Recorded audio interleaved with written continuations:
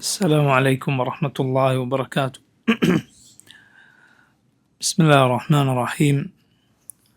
الحمد لله رب العالمين، وأشهد أن لا إله إلا الله وحده لا شريك له، وأشهد أن محمدا عبده ورسوله صلى الله وسلم عليه وعلى آله وأصحابه أجمعين. اللهم إنا نسألك خير هذه الليلة وخير ما فيها، نصرها وفتحها ونورها وبركتها وهداها، ونعوذ بك من شر هذه الليلة ومن شر التي قبلها ومن شر التي بعدها. اللهم اغفر لنا ذنبنا كله، دقه وجله وأوله وآخره وعلانيته وسره. اللهم انفعنا بما علمتنا وعلمنا ما ينفعنا وزدنا علما.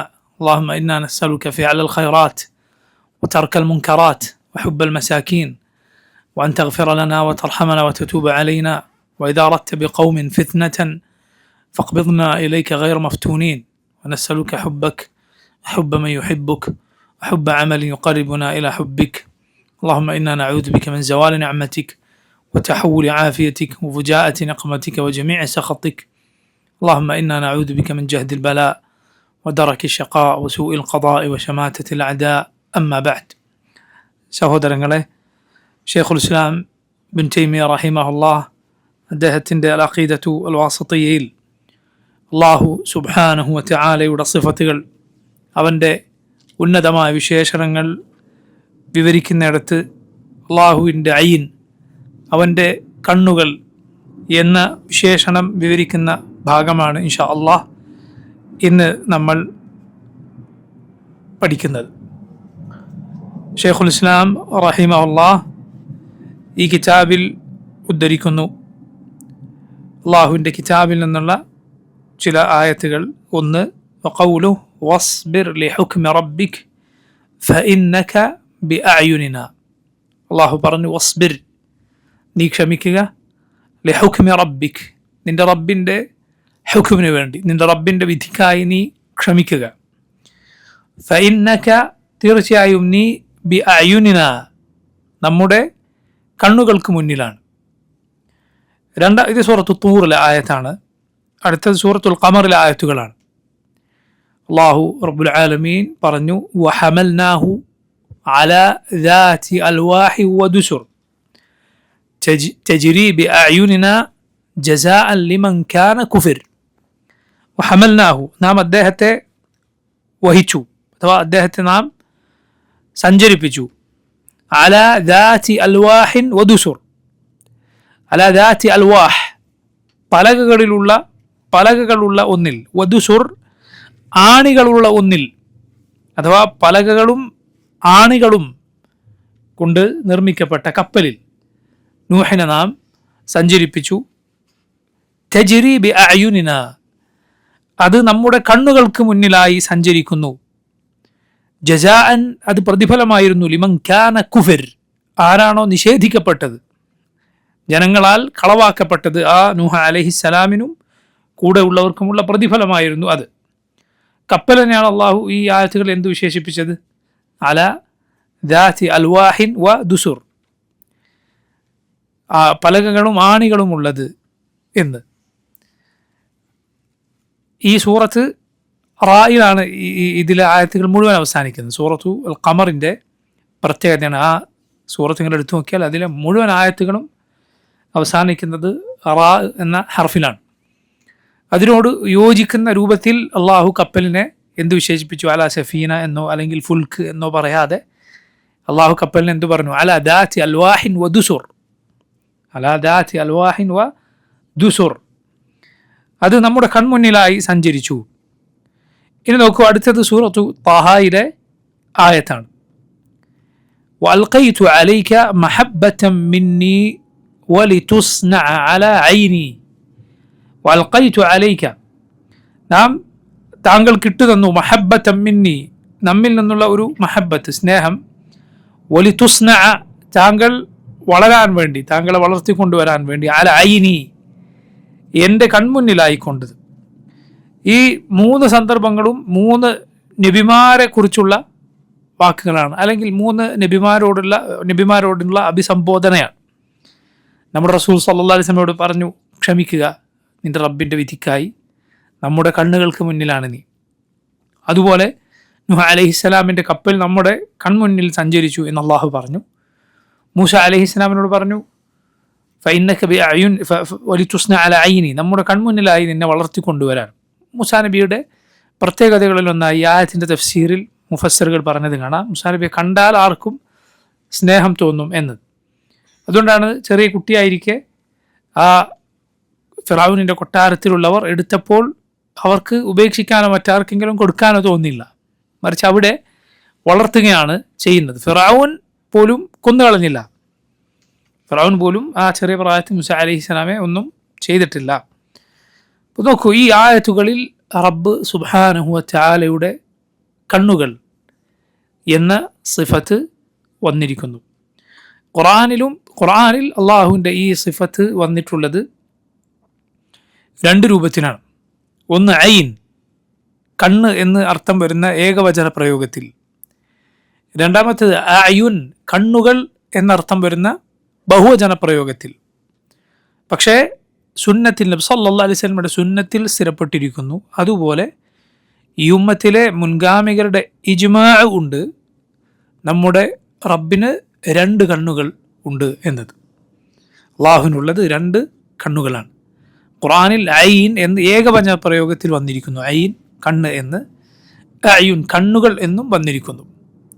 പക്ഷേ ഐനാൻ, 2 കണ്ണുകൾ എന്ന അർത്ഥം ഹദീസുകളിലും അതുപോലെ ഈ ഉമ്മത്തിൻ്റെ ഇജ്മാ, മുൻഗാമികളുടെ ഇജ്മാ ആ കാര്യത്തിലാണ് ഉള്ളത്.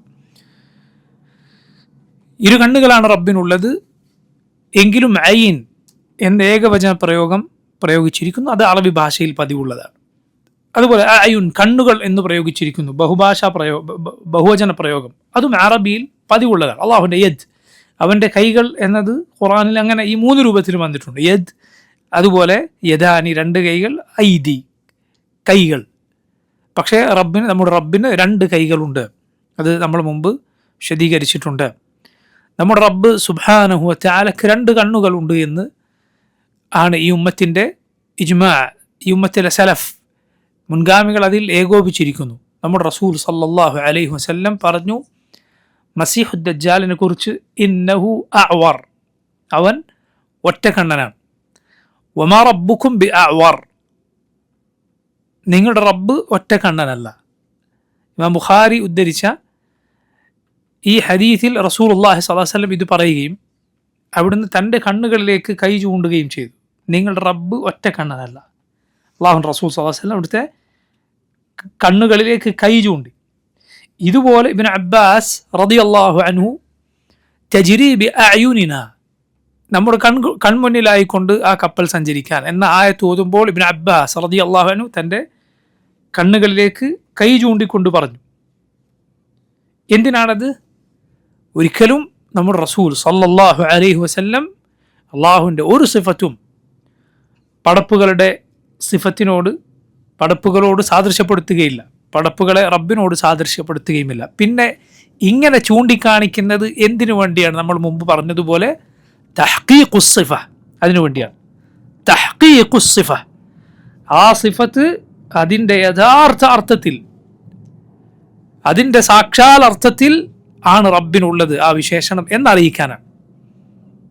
അതാണ് അഹ്ലുസുന്നത്തിൻ്റെ വിശ്വാസം. കണ്ണുകൾ എന്നാൽ എന്താണ് നമുക്കറിയാം.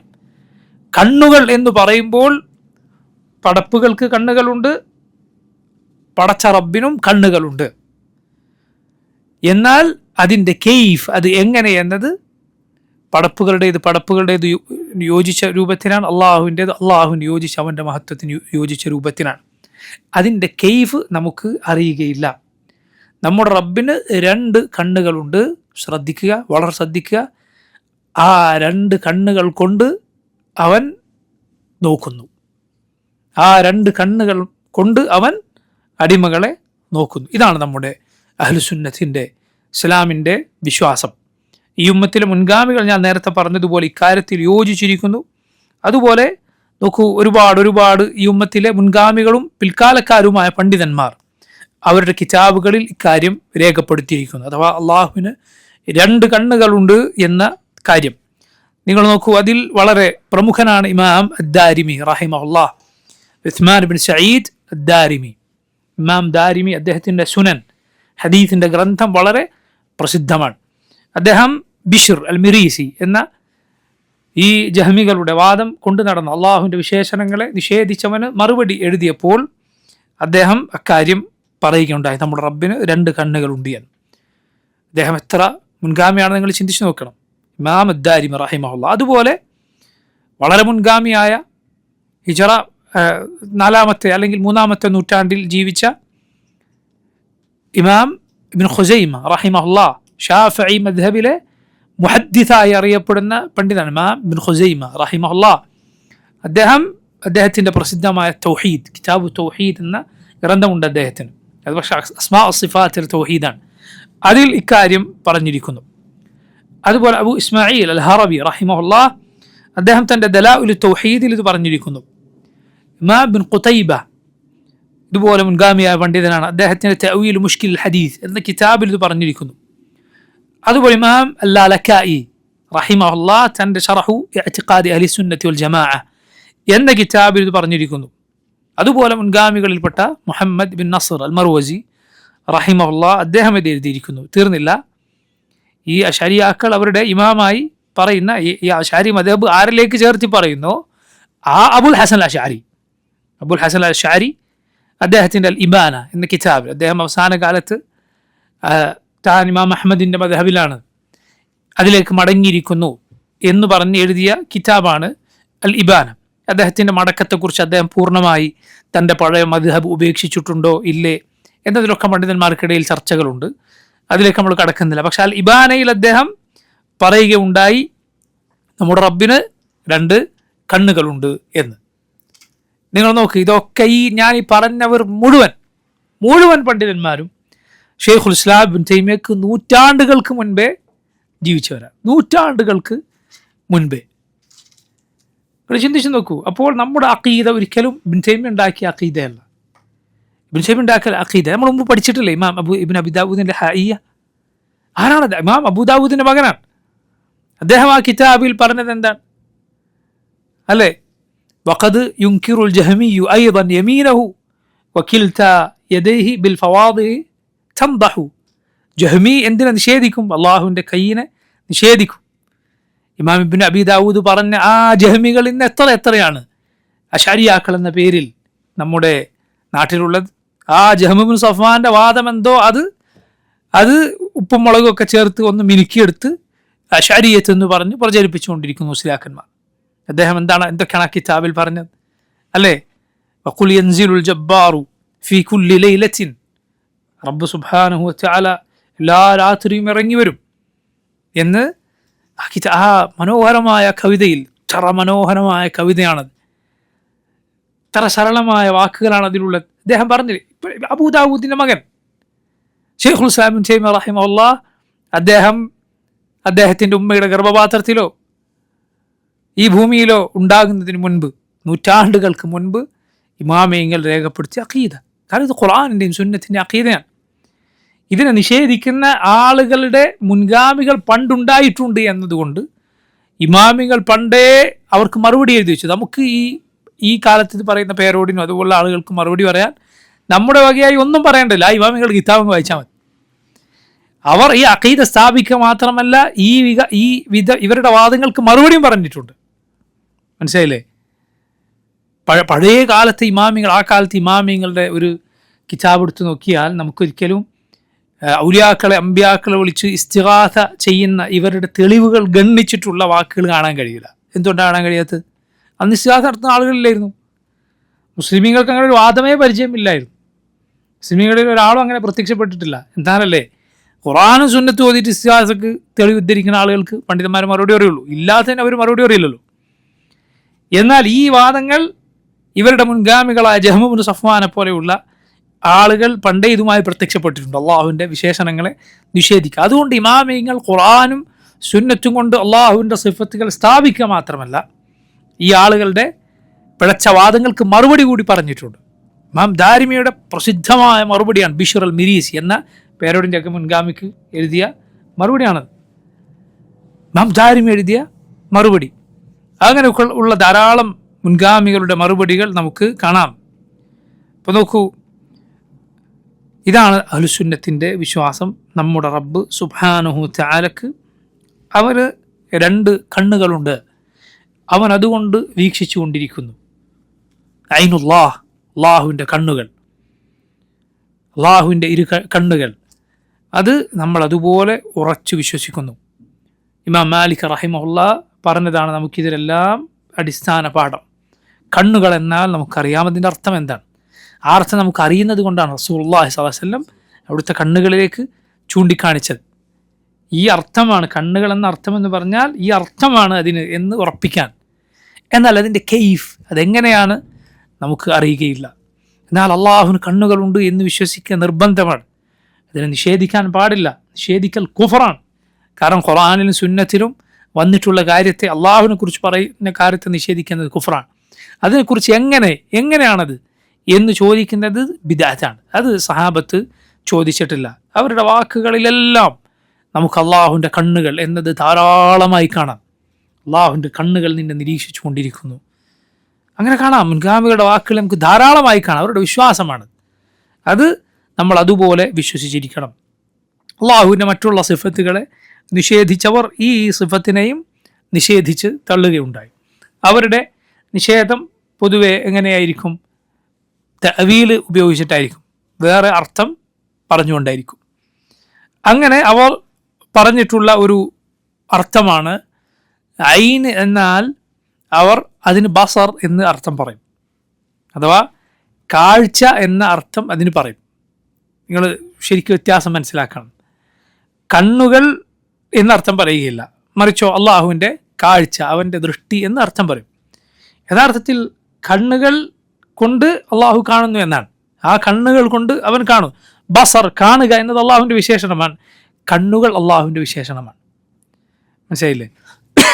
കണ്ണുകൾ, അള്ളാഹുവിൻ്റെ ഐനുകൾ എന്നത് അവൻ്റെ ദാത്തിയായ സിഫത്താണ്, അഥവാ അള്ളാഹുവിൽ ഉള്ള അവൻ്റെ വിശേഷണമാണ്. അവനിൽ ആദ്യമേ തന്നെ ഉള്ള അവൻ്റെ വിശേഷണം, ഇത് പിന്നീടുണ്ടായതല്ല. അവൻ ഉദ്ദേശിക്കുമ്പോൾ ഉണ്ടാകുന്ന മറ്റുള്ള വിശേഷണങ്ങൾ പോലെയല്ല, മറിച്ച് അവനിൽ തന്നെ ഉള്ള ഹയാത്ത് പോലെ, അവൻ്റെ കൈകൾ പോലെ, അവൻ്റെ മുഖം പോലെ ഉള്ള വിശേഷണമാണ് അവൻ്റെ കണ്ണുകൾ. എന്നാൽ ബസർ, അവൻ കാണുക എന്ന് പറഞ്ഞ് ആ കണ്ണുകൾ കൊണ്ട് അവൻ കാണുന്നു എന്ന് നമുക്കെല്ലാവർക്കും ഒരു വിശദീകരണവും ആവശ്യമില്ലാതെ അറിയാം. കണ്ണുകൾ എന്ന് പറഞ്ഞാൽ എന്താണ് അർത്ഥം, കാഴ്ച എന്ന് പറഞ്ഞാൽ എന്താണ് അർത്ഥം.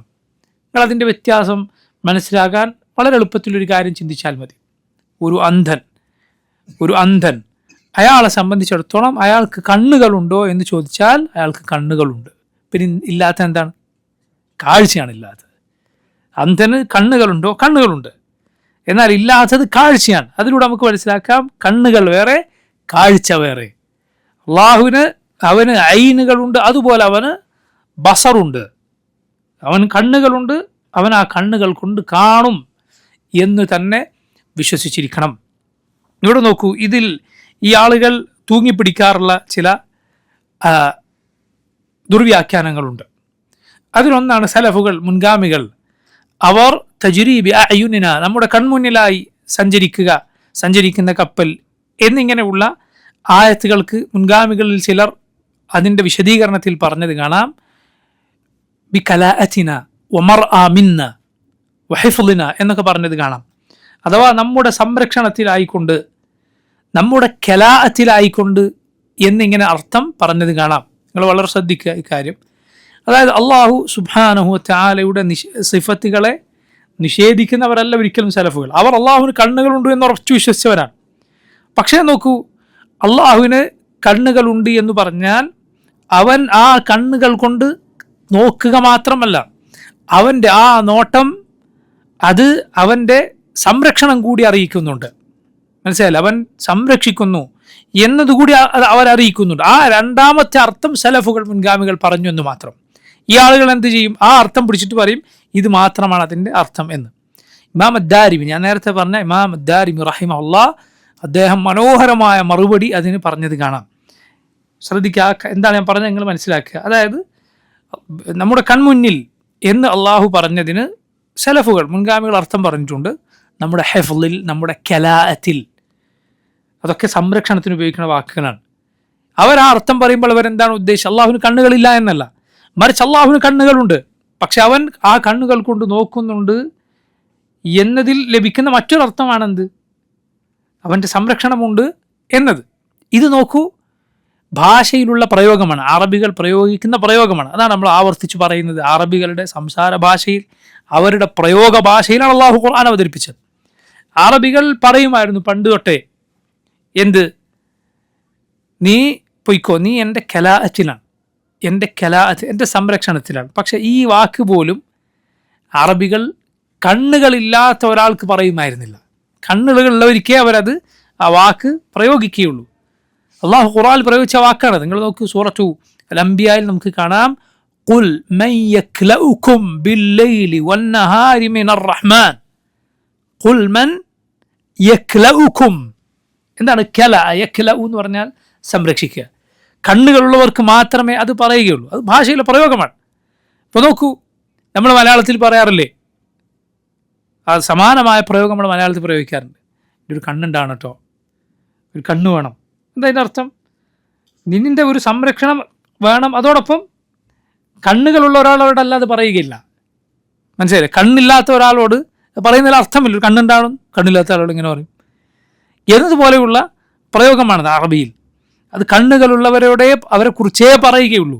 അപ്പോൾ സലഫുകൾ നോക്കൂ, അവർ ഈ ലാസിമായ അർത്ഥം, അറബിയിൽ ഒരു പദത്തിന് പ്രധാന ഉള്ള അർത്ഥങ്ങളിൽ രണ്ടെണ്ണമാണ്. വേറെയും ഒരു രൂപത്തിലുള്ള അർത്ഥം വരാറുണ്ട്. പ്രധാനപ്പെട്ട രണ്ട് കാര്യങ്ങൾ ഞാൻ പറയാം. ഒന്ന് മുതാബക്ക, മറ്റൊന്ന് ലാസിം.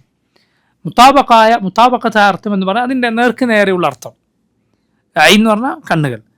എന്നാൽ അതിൻ്റെ ലാസിമായ അർത്ഥം എന്ന് പറഞ്ഞാൽ ഈ അർത്ഥം വന്നാൽ അതുകൂടി വരും, ഇത് വന്നാൽ അതും കൂടി വരും. വൈരുദ്ധ്യമല്ല ഒരിക്കലും, മറിച്ച് ഇത് വന്നാൽ അതുകൂടി വരും എന്നാണ് അർത്ഥം. അതാണ് ലാസിം എന്ന് പറഞ്ഞാൽ. ഇത് വന്നാൽ അത് വരും, അനിവാര്യമായി അത് വരും. അങ്ങനെയുള്ള അർത്ഥം സലഫുകൾ ധാരാളമായി പറയാറുണ്ട്. മുൻഗാമികൾ ഖുർആന്റെ തഫ്സീറിൽ ആ ലാസിമായ അർത്ഥം, ഉദാഹരണം, ഇതൊക്കെ ധാരാളമായി പറയാറുണ്ട്. എന്താണ് അവർ അതിലൂടെ ഉദ്ദേശിക്കുന്നത്? അവരുദ്ദേശിക്കുന്നത് ഇത് രണ്ടുമാണ് എന്നാണ്, മറ്റൊന്നിനെ നിഷേധിക്കുന്നവരല്ല. എന്തുകൊണ്ടാണ് നമ്മളിത് പറയുന്നത്? കാരണം സലഫുകളുടെ വാക്ക് ധാരാളമായി നമുക്ക് കിതാബുകളിൽ അവരിലേക്കുള്ള സനദോടെ അള്ളാഹുവിൻ്റെ ഈ സിഫത്തുകളെ കുറിച്ച് കാണാം. അവരാരും ഒരിക്കലും അവയെ നിഷേധിച്ചിട്ടില്ല, എന്ന് അർത്ഥം. അപ്പോൾ നോക്കൂ, തജ്രി ബി അയുനിന എന്നതിന്, അല്ലെങ്കിൽ അള്ളാഹുവിൻ്റെ ഐനുകളെ കുറിച്ച് വന്ന ആയത്തുകൾക്ക്, ഹദീത്തുകൾക്ക് ഈ ഖൗമുകൾ പറയാറുള്ള രണ്ട് ദുർവ്യാഖ്യാനങ്ങളും അതിനുള്ള മറുപടിയുമാണ് നമ്മൾ പറഞ്ഞത്. ഒന്നെന്താണ്? ഒന്ന് ഐൻ എന്നതിന് അവർ ബസർ എന്നർത്ഥം പറയും, കണ്ണിന് കാഴ്ച എന്ന് പറയും. എന്തിനു വേണ്ടി? കണ്ണിനെ നിഷേധിക്കാൻ വേണ്ടി പറയുന്നതാണ്, വെറുതെ പറയുന്നതല്ല, നിഷേധിക്കുക എന്ന ദുരുദ്ദേശത്തോടെ പറയുക. രണ്ടാമത്തേത് അതിന് സംരക്ഷണം, നോട്ടം എന്നിങ്ങനെയുള്ള അർത്ഥം പറയുക. നിങ്ങൾ നോക്കൂ, ഈ അർത്ഥം പറയുന്ന ആളുകൾ, നിങ്ങൾ എന്തിനാണ് ഇങ്ങനെ അർത്ഥം മാറ്റി പറയുന്നത്? കണ്ണിന് എന്തിനാണ് കാഴ്ച എന്ന അർത്ഥം പറയുന്നത് പറഞ്ഞാൽ എന്തായിരിക്കും അവരുടെ മറുപടി? കണ്ണുകൾ അള്ളാഹുവിനുണ്ട് എന്ന് പറഞ്ഞാൽ അവനെ സൃഷ്ടികളോട് സാദൃശ്യപ്പെടുത്തലായിപ്പോയി. അപ്പോൾ അവന് കണ്ണുകളുണ്ടെന്ന് പറയരുത്, ദൃഷ്ടി, അവൻ്റെ കാഴ്ച എന്ന് വ്യാഖ്യാനിക്കണം. വളരെ എളുപ്പമാണ് മറുപടിയും. കൂട്ടരെ കാഴ്ചയും പടപ്പുകൾക്കില്ലേ? പടപ്പുകൾക്ക് കാഴ്ചയുണ്ട്. അപ്പം നിങ്ങൾ കാഴ്ച അള്ളാഹുവിനുണ്ട് എന്ന് പറഞ്ഞാൽ അതും അള്ളാഹുവിനെ പടപ്പുകളോട് സാദൃശ്യപ്പെടുത്തലാവുകയില്ലേ? ഇപ്പോൾ ചോദിച്ചാൽ എന്ത് പറയും അവർ? അത് അള്ളാഹുവിൻ്റെ കാഴ്ച, പടപ്പുകളുടെ കാഴ്ച. അള്ളാഹുവിൻ്റെ കാഴ്ച അവൻ്റെ മഹത്വത്തിന് യോജിച്ച കാഴ്ച, പടപ്പുകളുടെ കാഴ്ച അവരുടെ കുറവുകളോട് യോജിച്ച കാഴ്ച. കൂട്ടർ ഇത് തന്നെ നിങ്ങൾ ഐനിനും പറഞ്ഞാൽ മതി. അള്ളാഹുവിൻ്റെ കണ്ണുകൾ അവൻ്റെ മഹത്വത്തിന് യോജിച്ച കണ്ണുകൾ, പടപ്പുകളുടെ കണ്ണുകൾ അവരുടെ കുറവുകൾക്ക് യോജിച്ച കണ്ണുകൾ.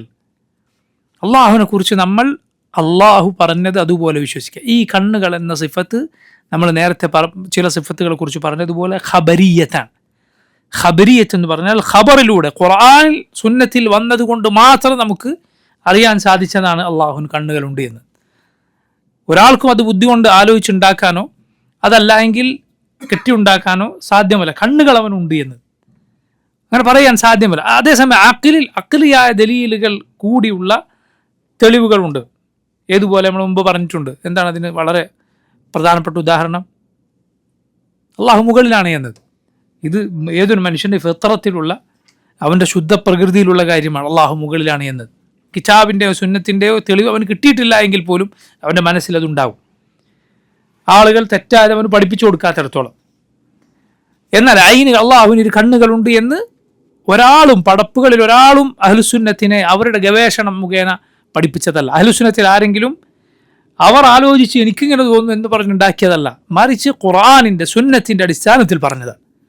റസൂലുള്ളാഹി സ്വല്ലല്ലാഹു അലൈഹി വസല്ലമയുടെ മാതൃക അനുസരിച്ച്, നബിയുടെ വാക്കനുസരിച്ച് അവർ മനസ്സിലാക്കിയതാണ്.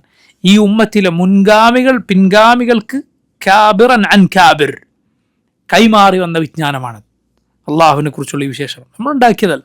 ഇക്കണ്ട സഹാബത്തും താബിഈങ്ങളും ഞാൻ ഈ പറഞ്ഞ നേരത്തെ എണ്ണി പറഞ്ഞ ഇമാമിങ്ങളും അവരല്ലാത്തവരുമെല്ലാം നമുക്ക് കൈമാറി തന്ന വിജ്ഞാനമാണിത്. എവിടെ വെച്ചും അത് മുറിഞ്ഞു പോയിട്ടില്ല. റസൂലുള്ളാഹി സ്വല്ലല്ലാഹു അലൈഹി വസല്ലമയിലേക്ക് ചെന്ന് മുട്ടുന്ന നബി സല്ലല്ലാഹു അലൈഹി വസല്ലമക്ക് അള്ളാഹുവിൻ്റെ വഹിയായി ജിബ്രീൽ അലൈഹിസ്സലാം പഠിപ്പിച്ചു കൊടുത്ത കാര്യമാണ്. അള്ളാഹു അവൻ്റെ നബിമാർക്ക് പഠിപ്പിച്ചു കൊടുത്ത അറിവാണ്. അള്ളാഹു സുബ്ഹാനഹു വ തആല അവൻ ഇരു കണ്ണുകളുള്ളവനാണ് എന്നത്. അവന് യോജിച്ച, അവൻ്റെ മഹത്വത്തിന് യോജിച്ച കണ്ണുകൾ റബ്ബിനുണ്ട്. അത് വിശ്വസിക്കുക നിർബന്ധമാണ്. അപ്പോൾ ഈ കാര്യം വന്നിട്ടുള്ള ആയത്തുകളാണ് ഷെയ്ഖുൽ ഇസ്ലാം ഇബ്നു തൈമിയ്യ റഹിമഹുല്ലാഹ് ഇവിടെ ഉദ്ധരിച്ചിട്ടുള്ളത്. ഇനി നോക്കൂ, ഇനിയുള്ള ആയത്തുകൾ നിങ്ങൾ ശ്രദ്ധിക്കുക. ഖൗലു, അള്ളാഹുവിൻ്റെ ഈ വാക്ക്, ഖദ് സമിഅ അല്ലാഹു ഖൗലല്ലതി തുജാദിലുക ഫി സൗജിഹാ വതഷ്തകി ഇലല്ലാഹ് വല്ലാഹു യസ്മഉ തഹാവുറകുമ. ഖദ് സമിഅ അല്ലാഹ്, അള്ളാഹു കേട്ടിരിക്കുന്നു. ഖൗല, വാക്ക്, ആരുടെ വാക്ക്? അല്ലതി തുജാദിലുക ഫി സൗജിഹാ, തൻ്റെ ഭർത്താവിൻ്റെ കാര്യത്തിൽ ഓ നബിയെ താങ്കളോട് സംവദിച്ചുകൊണ്ടിരിക്കുന്ന ആ സ്ത്രീയുടെ വാക്ക് അള്ളാഹു കേട്ടിരിക്കുന്നു. വതഷ്തകി ഇലല്ലാഹ്, അവർ അള്ളാഹുവിനോട് തൻ്റെ ആവലാതി പറയുന്നു. വല്ലാഹു യസ്മഉ തഹാവുറകുമ, അള്ളാഹു നിങ്ങളുടെ സംഭാഷണം കേൾക്കുന്നു. അടുത്ത ആയത്ത് നോക്കൂ, സൂറത്തു ആല ഇമ്രാനിലെ ആയത്താണ്. ലഖദ് സമിഅ അല്ലാഹ്, അള്ളാഹു കേട്ടിരിക്കുന്നു. ഖൗലല്ലദീന ഖാലു, ഈ പറഞ്ഞവരുടെ വാക്ക്, ഇന്നല്ലാഹ ഫഖീറുൻ വനഹ്നു അഗ്നിയ, അള്ളാഹു ദരിദ്രനും ഞങ്ങൾ പണക്കാരുമാണ് എന്ന യഹൂദികളുടെ വാക്ക് അള്ളാഹു കേട്ടിരിക്കുന്നു. അതുപോലെ സൂറത്ത് താഹയിലെ ആയത്താണ് അടുത്തത്. മൂസാ നബിയോട് ഹാറൂൻ നബിയോട് അള്ളാഹു പറഞ്ഞത്, ഇന്നനീ മഅകുമ, ഞാൻ നിങ്ങളുടെ രണ്ടുപേരുടെയും കൂടെയുണ്ട്. അസ്മഉ വ അറ, കേട്ടുകൊണ്ടും കണ്ടുകൊണ്ടും. അടുത്തത് സൂറത്ത് സുഖ്റൂഫിലെ ആയത്താണ്.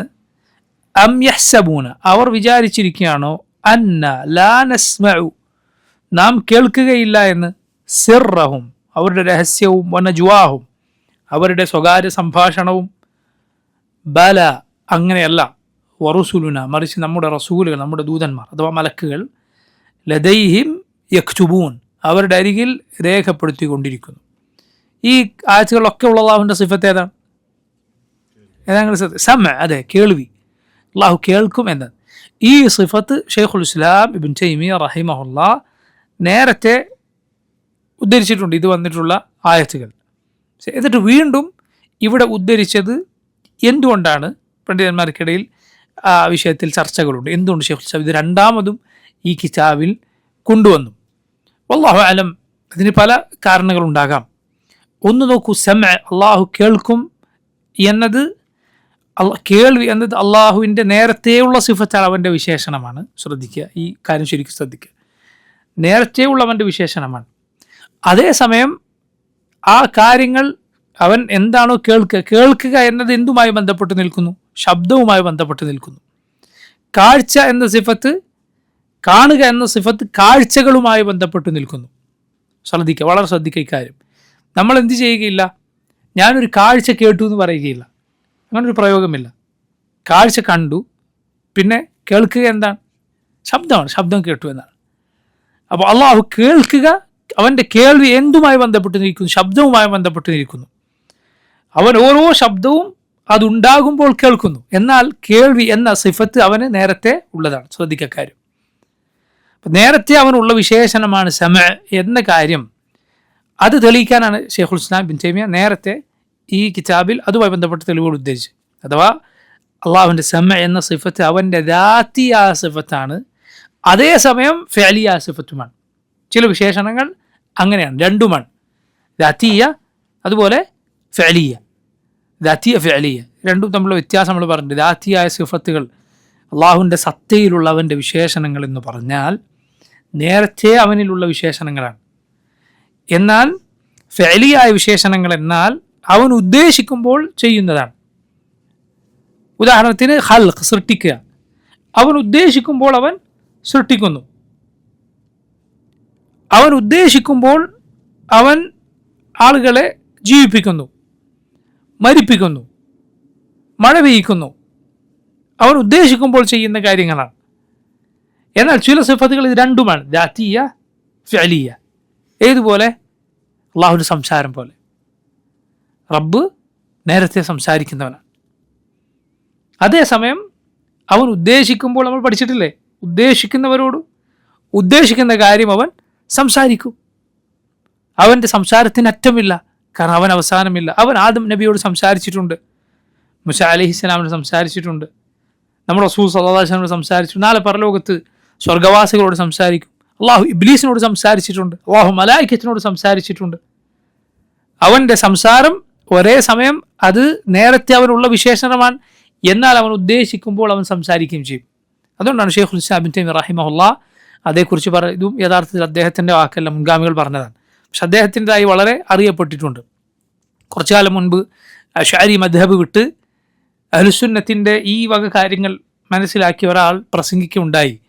ഞാൻ ഈ വാക്ക്, ഷെയ്ഖുൽ ഇസ്ലാമിൻ്റെ ഇതേക്കുറിച്ചുള്ളൊരു വാക്കുണ്ട്, അള്ളാഹുവിൻ്റെ കലാമിനെ കുറിച്ച് അദ്ദേഹം പറഞ്ഞു, അത് അള്ളാഹുവിൻ്റെ ആ സംസാരം എന്ന വിശേഷണം അത് അള്ളാഹുവിനുള്ള നേരത്തെ ഉള്ള വിശേഷണമാണ്. അതിന് അദ്ദേഹം പറഞ്ഞു ഖദീമുൻ നൗഇ ഹാദിസുൽ അഹാദ്. ഖദീമുൻ നൗ അത് നേരത്തെ ഉള്ളതാണ്, എന്നാൽ ഹാദിസുൽ അഹാദ് അവൻ ഉദ്ദേശിക്കുമ്പോൾ അത് സംഭവിച്ചുകൊണ്ടിരിക്കും. അതുകൊണ്ടാണ് തൗറാത്ത് അല്ല ഇഞ്ചീൽ, ഇഞ്ചീലല്ല ഖുർആൻ, ഒക്കെ വേറെയാണ്. അതെല്ലാം വേറെ ഓരോ സമയത്ത് അവൻ സംസാരിച്ചതാണ്, അല്ലെങ്കിൽ എല്ലാം ഒന്നാണെന്ന് പറയേണ്ടി വരും. അങ്ങനെയുള്ള പിഴച്ച വാദങ്ങളുണ്ട്. ഇത് വെറുതെ പറയുന്നതല്ല, ഇങ്ങനെ എല്ലാം വാദിച്ച പിഴച്ച വാദങ്ങൾ ഉള്ള ആളുകളുണ്ട്. അള്ളാഹിൻ്റെ സംസാരം ഖദീമാണ്. എന്താ ഖദീം എന്ന് പറഞ്ഞാൽ നേരത്തെയുള്ള സംസാരം മാത്രം, അതല്ലാതെ അതിൽ അവൻ പിന്നെയും പിന്നെയും സംസാരിക്കുക എന്നത് ഉണ്ടാവുകയില്ല. കാരണം അവരുടെ വാദപ്രകാരം അങ്ങനെ വന്നാൽ സൃഷ്ടികളോട് സാദൃശ്യപ്പെടുത്തലായി. ഖൗമിൻ്റെ ചിന്താഗതി നോക്കണങ്ങൾ. ഇതെല്ലാം പിഴച്ച ഗ്രീക്ക് ഫൽസഫയിൽ നിന്നുണ്ടായിട്ടുള്ള വാദഗതികളാണ്. യഥാർത്ഥത്തിൽ സാമാന്യ ബുദ്ധി കൊണ്ട് ചിന്തിച്ചു നോക്കൂ, എന്താണ് പൂർണ്ണത? ഒരു കാര്യം ഒരു തവണ മാത്രം ചെയ്യാൻ സാധിക്കാനാണോ, അതല്ല ഉദ്ദേശിക്കുമ്പോഴൊക്കെ ചെയ്യാൻ സാധിക്കുന്നതാണോ? ഏതാണ് പൂർണ്ണത? ഉദ്ദേശിക്കുമ്പോൾ ആർക്കാണത് അറിയാത്തത്. പക്ഷേ സുബ്ഹാനല്ലാഹ് ബിദ്അത്തുകൾ അത് അഹ്വാ അങ്ങനെയാണ്. ആളുകളെ അതും കൊണ്ടുപോയി ജനങ്ങളുടെ ബുദ്ധി അത് നശിപ്പിച്ച് കളയും. അപ്പോൾ നോക്കൂ, ഷെയ്ഖുൽ ഇസ്ലാമിൻ്റെ ഈ വാക്ക് ഖദീമുൻ നൗ ഹാദിസുൽ അഹാദ്, കുറച്ചു കാലം മുമ്പ് അശ്അരി മദ്ഹബിൽ നിന്ന് അഹ്ലുസുന്നത്തിൻ്റെ വഴിയാണ് ശരിയെന്ന് മനസ്സിലാക്കി ഒരാൾ പറയുകയുണ്ടായി. ഞാൻ വെല്ലുവിളിച്ചു, ആരൊരാളെ അദ്ദേഹം വെല്ലുവിളിച്ചു, ഇത് ഇബ്നു തൈമിയ്യക്ക് മുമ്പ് ഒരാൾ ആരെങ്കിലും പറഞ്ഞത് കൊണ്ടുവരുമെന്ന്. അയാൾ തന്നെ പറയണം, പിന്നീട് ഞാൻ പരിശോധിച്ചപ്പോൾ എനിക്ക് മനസ്സിലായി ഇബ്നു തൈമിയ്യക്ക് എത്രയോ മുമ്പ് ഇബ്നു ബത്തഹ് റഹിമഹുല്ലാഹ് അദ്ദേഹം ഇത് പറഞ്ഞിട്ടുണ്ട്. കാരണം ഷെയ്ഖുൽ ഇസ്ലാം ഇബ്നു തൈമിയ്യ റഹിമഹുല്ലാഹ് അദ്ദേഹം ഒരു കാര്യവും അദ്ദേഹത്തിൻ്റെ വക ഉണ്ടാക്കിയിട്ടില്ല. മുൻഗാമികൾ പറഞ്ഞത്, ഈ ഉമ്മത്തിൽ മുൻഗാമികൾ പറഞ്ഞത് അത് ക്രോഡീകരിച്ച് ഈ ഉമ്മത്തിന് പഠിപ്പിച്ചു തന്നെന്ന് മാത്രം. അതാണ് അദ്ദേഹം ചെയ്ത സേവനം. ഈ ഉമ്മത്തിനെ അള്ളാഹു സുബ്ഹാനഹു വ തആല ഇത്തരം പണ്ഡിതന്മാരെ കൊണ്ട് അവരുടെ പഴയ ദീൻ അവർക്ക് അള്ളാഹു പുതുക്കി നൽകും. അവരുടെ പഴയ ദീൻ അവർക്ക് പുതുക്കി, അഥവാ പുതുതായി അവരെ ആ പഴയ ദീൻ ഒന്നുകൂടി പഠിപ്പിക്കും. നബി സല്ലല്ലാഹു അലൈഹി വസല്ലം പറഞ്ഞത്, ഈ ഉമ്മത്തിൽ അള്ളാഹു ഓരോ നൂറ്റാണ്ടിൻ്റെ തലക്കലും അള്ളാഹു നിശ്ചയിക്കും പണ്ഡിതന്മാരെ, അവർക്ക് അവരുടെ ദീൻ പുതുക്കി നൽകുന്ന ആ പണ്ഡിതന്മാരെ നമ്മൾ മുജദ്ദിദുകൾ എന്ന് പറയുക. കാരണം നബി സല്ലല്ലാഹു അലൈഹി വസല്ലമയുടെ ഹദീസ് അങ്ങനെ വന്നിട്ട് യുജദ്ദിദ്, അവർക്ക് പുതുക്കി നൽകും. അതാണ് നമ്മൾ പറയും മുജദ്ദിദുകൾ. എന്താ മുജദ്ദിദ്? പരിഷ്കർത്താവ് എന്നൊക്കെ മലയാളത്തിൽ അർത്ഥം പറയാറുണ്ട്. പക്ഷെ അതിനർത്ഥം, നമ്മൾ ഉദ്ദേശിക്കുന്ന അർത്ഥം, നല്ല അർത്ഥം എന്തല്ല, ദീൻ പരിഷ്കരിച്ച് അതിൽ ഇല്ലാത്തത് കൂട്ടിച്ചേർക്കുന്നു എന്നല്ല, ജനങ്ങൾ അവർക്ക് നഷ്ടപ്പെട്ടു പോയ പഴയ ദീൻ പഠിപ്പിച്ചു കൊടുക്കുന്നു എന്നാണ്. നബി സല്ലല്ലാഹു അലൈഹി വസല്ലം പറഞ്ഞില്ലേ, തൂബാ ലിൽ ഖുറബാ ഹുമുൽ ലദീന യുസ്ലിഹൂന മാ അഫ്സദ അന്നാസു മിൻ ബഅദി മിൻ സുന്നതി. അപരിചിതർക്ക് മംഗളം, അവർ ജനങ്ങൾ മോശമാക്കി എൻ്റെ സുന്നത്തിനെ നന്നാക്കുന്നവരാണ്. അതാണ് പണ്ഡിതന്മാർ ചെയ്തിട്ടുള്ളത്. ആ പണ്ഡിതന്മാർ ഷെയ്ഖുൽ ഇസ്ലാം ഇബ്നു തൈമിയ്യ ലോകത്ത് ജനിച്ചിട്ടില്ല എന്ന് സങ്കല്പിച്ച് നോക്കൂ. അള്ളാഹുവിൻ്റെ ദീനൊന്നും സംഭവിക്കില്ല. അള്ളാഹുവിൻ്റെ ദീനെ സംരക്ഷിക്കും. ഇബ്നു തൈമിയ്യയോ ഇബ്നു ഖയ്യിമോ അല്ല മറ്റുള്ള ഇമാമിങ്ങളോ ഇമാം ബുഖാരിയോ അവരില്ല എങ്കിൽ നബി സല്ലല്ലാഹു അലൈഹി വസല്ലം ഹദീസ് നഷ്ടപ്പെട്ടു പോകുമോ? ഇല്ല. അള്ളാഹു ഈ ദീനെ സംരക്ഷിക്കും. പക്ഷെ അള്ളാഹു അതിനു വേണ്ടി ചില ആളുകൾക്ക് അതിനുള്ള തൗഫീഖ് നൽകിയെന്ന് മാത്രം. അതുകൊണ്ട് ഒരിക്കൽ നമ്മൾ ക്ഷണിക്കുന്നത് ഒരു വ്യക്തിയിലേക്കുമല്ല, നമുക്ക് ക്ഷണിക്കാനുള്ളത് അള്ളാഹുവിൻ്റെ റസൂലിലേക്കാണ് സല്ലല്ലാഹു അലൈഹി വസല്ലം. മാലിക് പറഞ്ഞതാണ് നമ്മുടെ മുമ്പിലുള്ള വാക്ക്. എല്ലാവരുടെ വാക്കിലും തള്ളേണ്ടതും കൊള്ളേണ്ടതും ഉണ്ടാവും. എല്ലാ സാഹിബ ഹാദൽ ഖബർ, ഈ ഖബറിൽ കിടക്കുന്ന റസൂൽ സല്ലല്ലാഹു അലൈഹി വസല്ലം ഒഴികെ.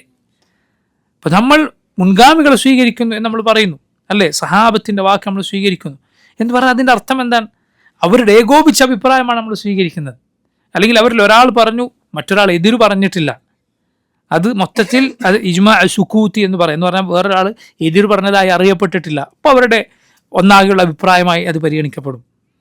തബഈങ്ങൾ നമ്മൾ എന്താണ് അവരുടെ വഴി സ്വീകരിക്കണമെന്ന് പറയുന്നത്? അവരിൽ ഏതെങ്കിലും ഒറ്റപ്പെട്ട ഒരാൾക്ക് ഒരു തെറ്റും പറ്റുകയില്ല എന്നല്ല നമ്മൾ പറയുന്നത്, മറിച്ച് അവർക്ക് എല്ലാവർക്കും കൂടി ഒരു തെറ്റ് പറ്റുക ഒരിക്കലും സംഭവിക്കില്ല.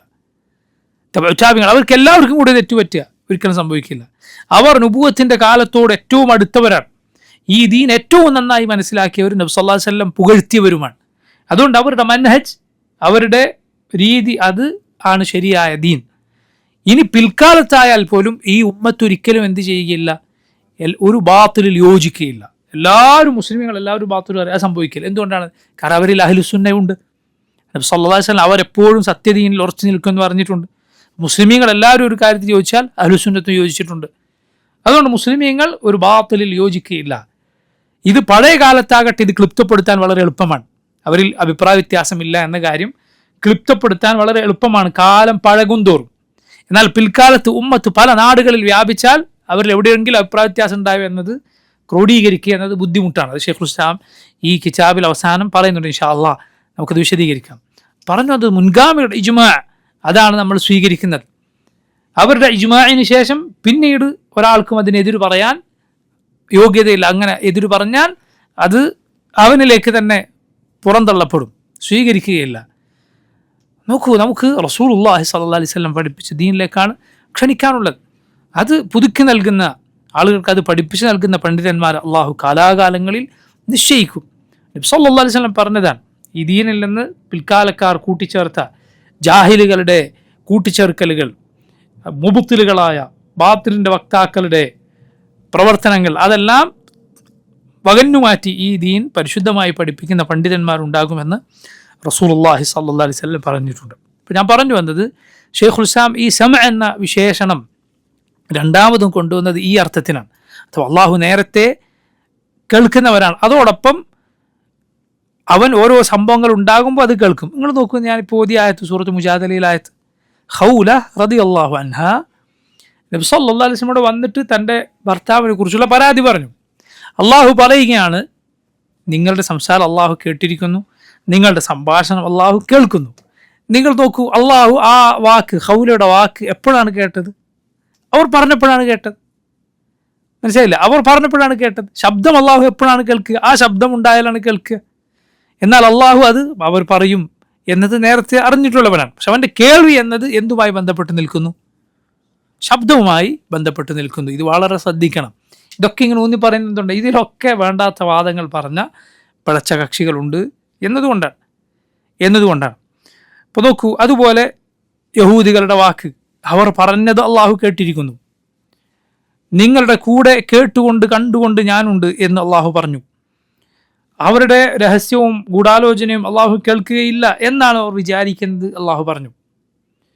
അള്ളാഹുവിൻ്റെ സമഅ എന്ന വിശേഷണമാണ് ഇവിടെ ഉള്ളത്. അള്ളാഹു കേൾക്കുന്നവനാണ്. അള്ളാഹു റബ്ബുൽ ആലമീൻ എല്ലാ ശബ്ദങ്ങളും കേൾക്കുന്നവനാണ്. ചെറിയ ശബ്ദത്തിൽ നീ അള്ളാഹുവിനെ വിളിച്ചാൽ അള്ളാഹു കേൾക്കും. ഉച്ചത്തിൽ സംസാരിക്കുന്നവരുടെ സംസാരം അള്ളാഹു കേൾക്കുന്നു. റബ്ബ് ഒരിക്കലും ഒരു ശബ്ദവും അവന് മറ്റൊരു ശബ്ദം കേൾക്കാൻ തടസ്സപ്പെടുത്തുന്നില്ല. ഒരു ശബ്ദം വേറൊരു ശബ്ദം കേൾക്കാൻ അവന് തടസ്സമാകുന്നില്ല. ഉച്ചത്തിലുള്ള ആളുകളുടെ വിളികൾ, പതുക്കെയുള്ള ആളുകളുടെ വിളികൾ അവന് കേൾക്കാതെ ആക്കുന്നില്ല. ഏത് ശബ്ദവും റബ്ബ് സുബ്ഹാനഹു വതആല കേൾക്കുന്നു. ഒരു രാത്രിയിൽ കറുത്ത പാറക്കടിയിലൂടെ നടന്നു പോകുന്ന ഒരു ചെറിയ ഉറുമ്പിൻ്റെ കാലടി ശബ്ദം പോലും അള്ളാഹു സുബ്ഹാനഹു വതആല കേൾക്കുന്നു. അതുപോലെ റബ്ബ് സുബ്ഹാനഹു വതആലയുടെ സമഅ എന്ന് പറഞ്ഞാൽ അവൻ ഉത്തരം നൽകുക എന്ന അർത്ഥം കൂടി അതിനുണ്ട്. മനസ്സിലായില്ല? നമ്മൾ സമഅ അല്ലാഹു ലിമൻ ഹമിദ എന്ന് പറഞ്ഞാൽ എന്താണ് അർത്ഥം? അള്ളാഹു അവനെ സ്തുതിച്ചവന് ഉത്തരം നൽകിയിരിക്കുന്നു എന്നാണ് സമഅ അല്ലാഹു ലിമൻ ഹമിദ എന്ന് പറഞ്ഞാൽ അർത്ഥം. അല്ലാതെ കേട്ടു എന്നല്ല. നബി സല്ലല്ലാഹു അലൈഹി വസല്ലമയുടെ ഹദീസ് ദുആയിൽ വന്നിട്ടുണ്ടല്ലോ, വമിൻ ദഅവത്തിൻ വമിൻ ദുആഇൻ ലാ യുസ്മഅ, അള്ളാഹുവെ ഉത്തരം നൽകാത്ത ദുആയിൽ നിന്ന് ഞാൻ നിന്നോട്, ഉത്തരം കിട്ടാത്ത ദുആയിൽ നിന്ന് ഞാൻ നിന്നോട് കാവൽ തേടുന്നു. ആ ദുആഇൻ്റെ തന്നെ വേറൊരു റിവായത്തിൽ വന്നിട്ടുള്ളത് വമിൻ ദഅവത്തിൻ ലാ യുസ്തജാബു ലഹാ, ഉത്തരം നൽകപ്പെടാത്ത പ്രാർത്ഥനയിൽ നിന്ന് ഞാൻ നിന്നോട് കാവൽ തേടുന്നു. അള്ളാഹു കേൾക്കാത്ത പ്രാർത്ഥന എന്ന് പറയാൻ പറ്റുമോ?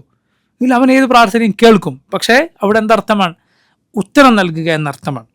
മലയാളത്തിൽ നമ്മളത് പ്രയോഗിക്കാറുണ്ട്. ഞാൻ പറയുന്നത് കേൾക്കണം, ഞാൻ പറയുന്നത് കേട്ടോളണം. കേൾക്കുന്ന ആളോടാണ് നമ്മൾ ഈ പറയുന്നത്. എന്താ ഉദ്ദേശിക്കുന്നത്? ഞാൻ പറയുന്നതിന് നല്ല നിലക്ക് പോസിറ്റീവായി പ്രതികരിക്കണം എന്നാണ്, അനുസരിക്കണം എന്നാണ്. ഞാൻ എത്ര പറഞ്ഞിട്ട് ആൾ കേട്ടില്ല, എന്താ നമ്മൾ അതുകൊണ്ട് ഉദ്ദേശിക്കുന്നത്? അയാൾ അതിന് നല്ല നിലക്ക് പ്രതികരിച്ചില്ല എന്നാണ്, അയാൾ അനുസരിച്ചില്ല. അള്ളാഹു റബ്ബുൽ ആലമീൻ അവൻ സമഅ എന്ന് പറഞ്ഞാൽ അവൻ ഉത്തരം നൽകി എന്നും അതിന് അർത്ഥമുണ്ട്. അള്ളാഹു ഉത്തരം നൽകുക എന്നും അതിനർത്ഥമുണ്ട്. അള്ളാഹുവിൻ്റെ സമഅ അത് പരിപൂർണമായ സമഅാണ്, അവൻ്റെ കേൾവി പരിപൂർണമായ സമഅാണ്. ഒന്നും അവൻ കേൾക്കാതെ പോവുകയില്ല. അതേസമയം നോക്കൂ, വളരെ ശ്രദ്ധിക്കുക ഇനി പറയുന്ന കാര്യം. അള്ളാഹുവിന് ഐനുണ്ട്, കണ്ണുകളുണ്ട് എന്ന് ഖുർആനിലും സുന്നത്തിലും വന്നു. അവന് ബസറുണ്ട് അഥവാ അവന് കാഴ്ചയുണ്ട് എന്നും വന്നിരിക്കുന്നു. അതേസമയം അള്ളാഹുവിന് ഉദുൻ, കാതുകളുണ്ട് എന്ന് ഖുർആനിലോ സുന്നത്തിലോ വന്നിട്ടില്ല. മനസ്സിലായില്ലേ?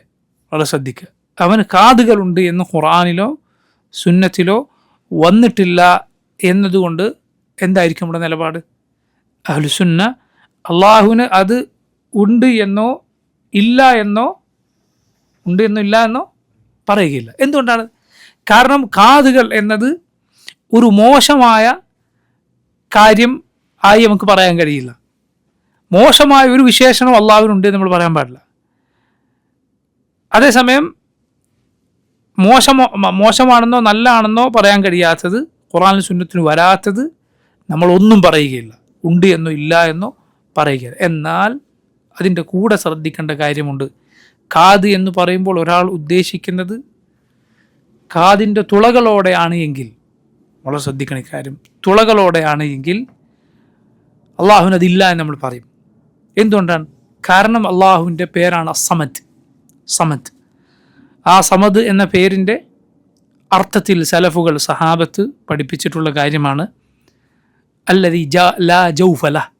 സമദിൻ്റെ പല അർത്ഥമുണ്ട്. സമദിന് ഒന്ന്, പടപ്പുകൾക്കെല്ലാം ആശ്രയമായിട്ടുള്ളവൻ, ഒരാളുടെയും ആശ്രയം ആവശ്യമില്ലാത്തവൻ, ഭക്ഷണം ആവശ്യമില്ലാത്തവൻ എന്നിങ്ങനെല്ലാം സമദിന് അർത്ഥമുണ്ട്.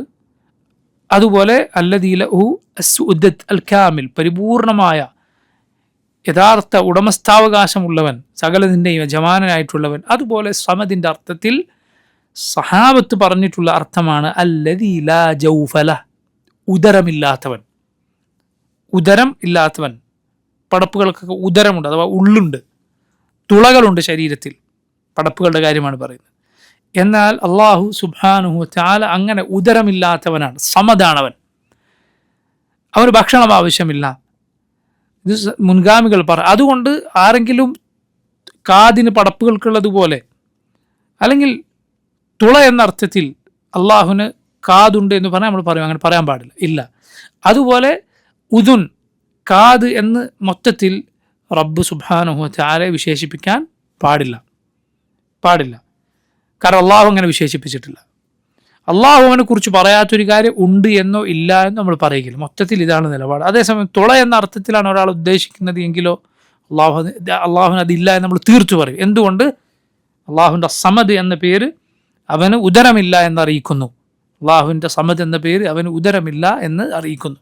ഇവിടെ എല്ലാം നമ്മൾ മനസ്സിലാക്കേണ്ടത് അള്ളാഹുവിനെ കുറിച്ച് കിതാബിലും സുന്നത്തിലും വന്നത് മാത്രമേ നമ്മൾ പറയുകയുള്ളൂ. ഉണ്ട് എന്ന് പറഞ്ഞത് ഉണ്ട് എന്ന് പറയും, ഇല്ല എന്ന് പറയും. ഉണ്ട് എന്നോ ഇല്ല എന്നും പറയാത്ത വിശേഷണങ്ങളെക്കുറിച്ച് നമ്മൾ മൗനം പാലിക്കും. മോശമായ വിശേഷണമാണോ അത് അള്ളാഹുവിന് ഇല്ല എന്ന് നമ്മൾ തീർത്ത് പറയും. അള്ളാഹുവിനെ കുറിച്ച് പറഞ്ഞതിനെതിരാണോ ഇല്ല എന്ന് നമ്മൾ തീർത്ത് പറയും. എന്നാൽ ഇതൊന്നുമല്ല, നമുക്ക് എന്താണ് അർത്ഥം എന്ന് തന്നെ, എന്താണ് ഇവർ ഉദ്ദേശിക്കുന്നത് തന്നെ എന്നറിയില്ല. അതുപോലുള്ള വാക്കുകളിൽ അഹ്ലുസുന്ന മൗനം പാലിക്കും, ഒന്നും പറയുകയില്ല. അള്ളാഹുവിനെ കുറിച്ച് കിതാബിലും സുന്നത്തിലും വന്നതല്ലാതെ നമുക്ക് പറയാൻ പാടില്ല. ഇത് പ്രത്യേകം പറഞ്ഞ എന്തുകൊണ്ടാണ്? ഐൻ അള്ളാഹുവിനുണ്ട്, അതുപോലെ ബസറുമുണ്ട്. അതേസമയം കേൾവിയുടെ കാര്യം വന്നാൽ കേൾവി എന്ന അർത്ഥമുള്ള സമഅ മാത്രമേ അള്ളാഹു അവനെ കുറിച്ച് പറഞ്ഞിട്ടുള്ളൂ, കിതാബിലും സുന്നത്തിലും വന്നിട്ടുള്ളൂ. അതുകൊണ്ട് അതേ പറയാൻ പാടുള്ളൂ. അള്ളാഹുവിന് കേൾവിയുണ്ട് എന്നേ പറയാൻ പാടുള്ളൂ. സമഅ എന്ന് ഖുർആനിൽ വന്നിട്ടുണ്ട്. അതുപോലെ ഹദീസിൽ ആദീന എന്ന് വന്നിട്ടുണ്ട്. എന്താണ് ആദീന എന്ന് പറഞ്ഞാൽ? അർത്ഥം ശ്രദ്ധിച്ചു കേട്ടു എന്നാണ്. അബൂ മൂസ അശ്അരി റളിയല്ലാഹു അൻഹു മനോഹരമായ ഖുർആൻ പാരായണം ചെയ്യുന്ന സഹാബിയായിരുന്നു. നബി സല്ലല്ലാഹു അലൈഹി വസല്ലം അദ്ദേഹത്തോട് പറഞ്ഞു, അള്ളാഹു ഒരു നബിയുടെ ഖുർആൻ പാരായണത്തിന് ശ്രദ്ധിച്ചു കേട്ടതുപോലെ മറ്റൊന്നും അള്ളാഹു ശ്രദ്ധിച്ചു കേട്ടിട്ടില്ല. അത് അള്ളാഹുവിൻ്റെ ഒരു വിശേഷം, അള്ളാഹുവിൻ്റെ കേൾവിയിലെ ഒരു പ്രത്യേകമായ കേൾവിയാണ് അദിന എന്ന വാക്കിലൂടെ നബി സല്ലല്ലാഹു അലൈഹി വസല്ലം ഉദ്ദേശിച്ചത്. അതിൻ്റെ അർത്ഥം എന്താണ്? ശ്രദ്ധിച്ചു കേൾക്കുക എന്നാണ്. മനസ്സിലായില്ലേ? നബി സല്ലല്ലാഹു അലൈഹി വസല്ലം പറഞ്ഞു, നമ്മൾ അള്ളാഹുവിനെ കുറിച്ച് അതേപോലെ പറയും. അത് അള്ളാഹുവിന് ആ കേൾക്കുന്ന കാര്യത്തോടുള്ള പ്രത്യേകമായ ഇഷ്ടം കൊണ്ട് അതിൻ്റെ ഒരു പ്രത്യേകമായ കേൾവി അള്ളാഹു അത് കേൾക്കുകയാണ്. നബിമാരുടെ ഖുർആൻ പാരായണത്തെക്കുറിച്ച് നബി സല്ലല്ലാഹു അലൈഹി വസല്ലം പറഞ്ഞാണ്, അള്ളാഹു അത് പ്രത്യേകമായ ഒരു കേൾവി കേൾക്കുമെന്ന്. സുബ്ഹാനല്ലാഹ്, ഖുർആൻ പാരായണത്തിൻ്റെ മഹത്വം അത് നമ്മൾ മനസ്സിലാക്കാൻ ഉള്ള ഒരു പാഠം കൂടിയാണത്. ഇപ്പോൾ നോക്കൂ, അള്ളാഹുവിൻ്റെ സമഉം അവൻ്റെ ബസറും, ഇതാണ് നമ്മൾ ഇതുവരെ വിശദീകരിച്ചത്. ഇനി നോക്കൂ, ചില ആയത്തുകൾ ശൈഖുൽ ഇസ്ലാം ഉദ്ധരിക്കുകയാണ്. ഒന്ന്, ഖൗലു അലം യഅലം ബിഅന്നല്ലാഹ യറ, അള്ളാഹു കാണുന്നു എന്ന് നീ മനസ്സിലാക്കിയില്ലേ. അതുപോലെ അടുത്തത്, അല്ലദി യറാക ഹീന തഖൂം, നീ എഴുന്നേൽക്കുമ്പോൾ നിന്നെ കാണുന്ന അള്ളാഹു. വതഖല്ലുബക ഫിസ്സാജിദീൻ, സുജൂദ് ചെയ്യുന്നവരുടെ കൂടെ നീ ചലിച്ചുകൊണ്ടിരിക്കുമ്പോൾ നിന്നെ കാണുന്നവനായ അള്ളാഹു. അടുത്ത ആയത്ത് സൂറത്തു തൗബയിലെ ആയത്താണ്. വഖുൽ അഅമലു ഫസയറല്ലാഹു അമലക്കും വറസൂലുഹു വൽമുഅ്മിനൂൻ, നിങ്ങൾ പ്രവർത്തിച്ചോളൂ, അള്ളാഹുവും റസൂലും മുഅ്മിനുകളും നിങ്ങൾ പ്രവർത്തിച്ചുകൊണ്ടിരിക്കുന്നത് കാണുന്നുണ്ട്. അഥവാ മുനാഫിക്കുകളോട് അവർ, അല്ലെങ്കിൽ തബൂക്ക് യുദ്ധത്തിന് പോകാത്തവരോട് ഒഴിവ് കഴിവുമായി വന്നപ്പോൾ പിന്നീട് പറഞ്ഞതാണ്, നിങ്ങൾ പോകൂ, പ്രവർത്തിച്ചോളൂ, നിങ്ങൾ പ്രവർത്തിക്കണം, അള്ളാഹ് കാണുന്നുണ്ട്, റസൂൽ സല്ലല്ലാഹു അലൈഹി വസല്ലം നിങ്ങളുടെ കൂടെയുണ്ട്, നിങ്ങൾ കാണുന്നുണ്ട്, ചുറ്റുമുള്ള മുഅ്മിനീങ്ങളും നിങ്ങളെ കാണുന്നുണ്ട്.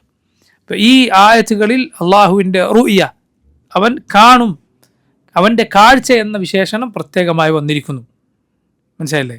റഅ, യറ എന്നീ വാക്കുകളാണ് ഇവിടെ വന്നിട്ടുള്ളത്. ബസറ, അബ്സറ, യുബ്സിർ എന്ന വാക്കുകൾ വന്നിട്ടുള്ളതുപോലെ അവൻ കാണുക അവൻ്റെ കണ്ണുകൾ കൊണ്ടാണ്.